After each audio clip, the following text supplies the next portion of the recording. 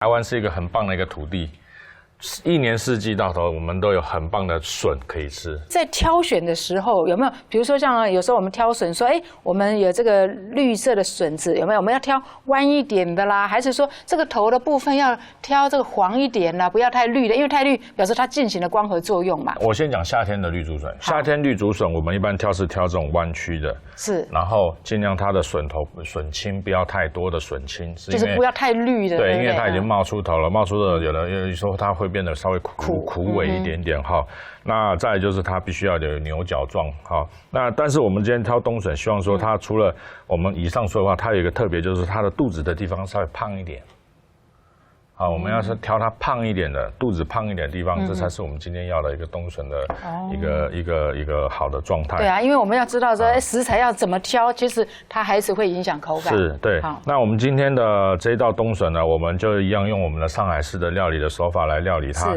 好，那我们一样挑了一个我们季节性的一个蔬菜，除了冬笋以外，还有一个就是塔菇菜。塔菇菜。好，那这塔菇菜大家也看到，它这个时节到了，超可爱，非常肥美，然后好吃。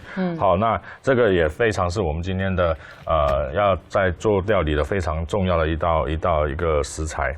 好，那我们先从我们的那个冬笋先开始，因为冬笋我需要它有一点时间让它先去蒸煮一下，蒸熟之后我们待会才能来做我们的这一道菜。好，那我们就来边做边说哦，我们一边说菜了啊，不是做菜了啊。好，化开之后呢，不用把它稍微不用。大概化开之后就把它剥开就可以了。好，这样子的笋。所以大家看似好大一颗笋哦，只有一点点而已哦。对，它剥开就是大概只有一点点了。那我们今天用2颗的笋好了。是。用2颗笋来做，化的时候稍微小心一点。还有化的时候有注意到老师呢是用靠近身体的这个刀子的部分呢是这样子划出去推出去啊，而且你的左手一定要把这个滚动的笋子呢非常用力的固定好。对。好，不然的话比较容易受伤。好，那我们的笋嘛切开之后啊，很简单的，我先把它切一半，好。这样笋其实是很鲜美的。那我表皮的话，我们不用削的，我们直接把它稍微把它外面这一层皮把它去掉就可以了，顺着它，然后后面这干燥的部分呢，对，把它切掉。不要了，哇，切掉是2个。老师已经做习惯了这5星级料理啊，所以在用食材上面，很多观众朋友可能会说，哇，太可惜了。我告诉你也没有关系，你觉得这一部分呢？可惜的观众朋友拿来熬汤啦，哈，老师。对，可以啊，很棒啊。渣再丢掉就好了。对，因为中国菜有些实在上我们在料理的过程当中，要呈现出它的美感，还有呈现出它的口感，势必上我们一定要有一些去除的一些不好的口感的动作。那其实这个各位观众朋友可能在看我切的时候，你会觉得怎么切掉那么多，或者是怎么我切掉了一点点又再切一次，是因为我在切的过程中我已经感受到它的粗糙，它的纤维会影响它的口感。对，它是老的还是嫩的？对。好，比方讲我这样切一点点啊，你看我觉得刀子很难下去。对，很硬。那就还太老了。还太老，我再切第2次。对。好，我们直接先来切片哈。切的时候麻烦你，我要一点点厚，大概0.1公分左右。要留一点口感。对。好，这是我们待会要留的。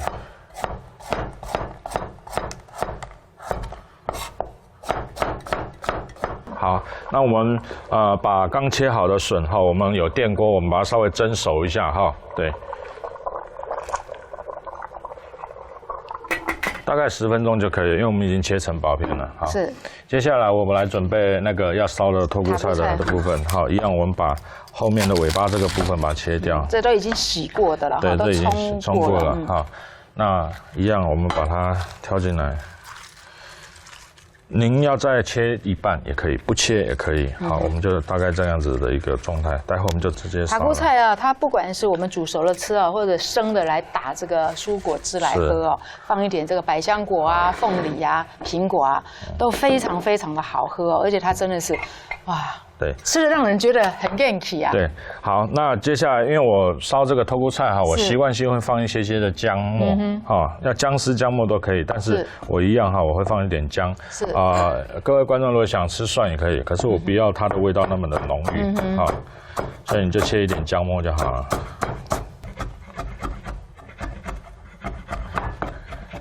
好，我们切了一点点的姜末哈，我们把它装起来。蒸好了，把它拿出来对，啊我。们冬笋蒸好之后啊，我们就可以来开始料理它。好，因为冬笋它其实不用蒸的太久时间，它其实现在是鲜甜的感觉。哦，是吗？我可不可以尝尝看？可以啊，可以啊。鲜甜的感觉。这就它的味道非常的甜美啊，因为它刚好当令，非常的笋的原味很棒。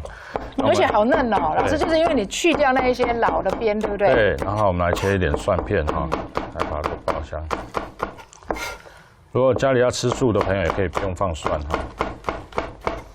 吃起来很像水梨了。对，它味道就很原味的感觉。好，切好的蒜头，我们把它丢进来爆香。好，加一点点的油。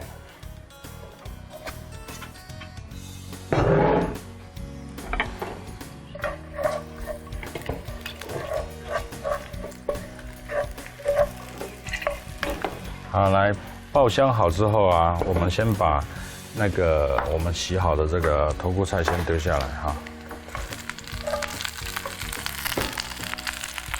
就是，然后倒一点高汤下来。哦，我本来要拿水耶，结果老师用高汤哦。对，用一点高汤就可以了。然后把刚刚我们的笋啊也倒下来。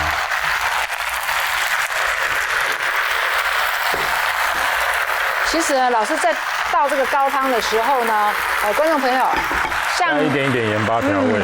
那个一般的高汤哦，不是我们想象中那么简单的高汤。等一下，请老师再稍微用跟大家分享一下。好，你这个高汤是怎么熬？因为我们看到今天这个高汤也是这样黄澄澄，而且其实我刚刚已经偷闻过了，好香哦。它其实就是我们一般的鸡汤，然后我们丢一些金华火腿。那家里如果有一些海鲜的一些不要的，你比方像我们刚刚做这个鱼的鱼骨头不要，一样可以丢进来。那像刚刚我们切些剩下不要的笋头、笋壳，洗干净之后，我们一样丢进来做熬高汤的动作。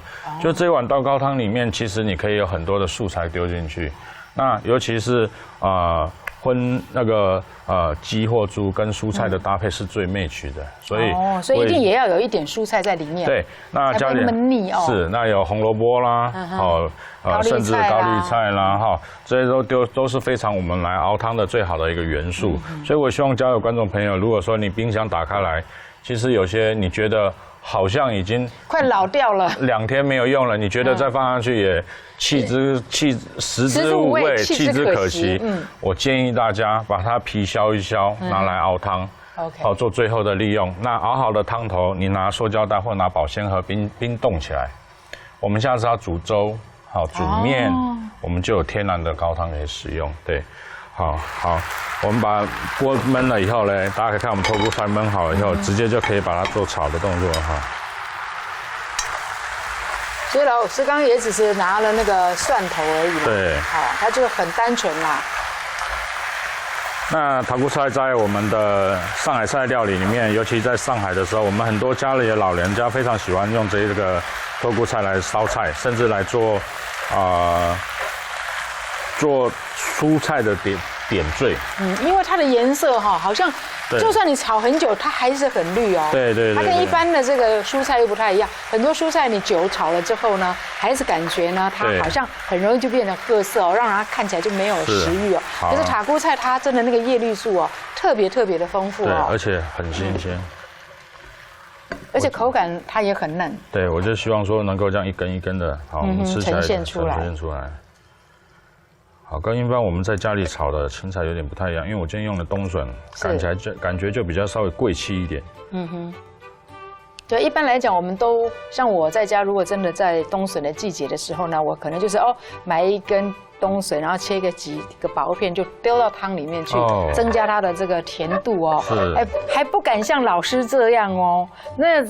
光冬菇那2根冬菇大概都要360块、400块的台币哦，他居然把它拿来炒塔菇菜，所以这个真的是叫做什么低调奢华。对，好，你看满满的冬笋，这样吃起来就很棒啊。而且这2个颜色再搭配上我们今天这种有一点秋香绿的这个盘子啊，就真的是非常的搭哈。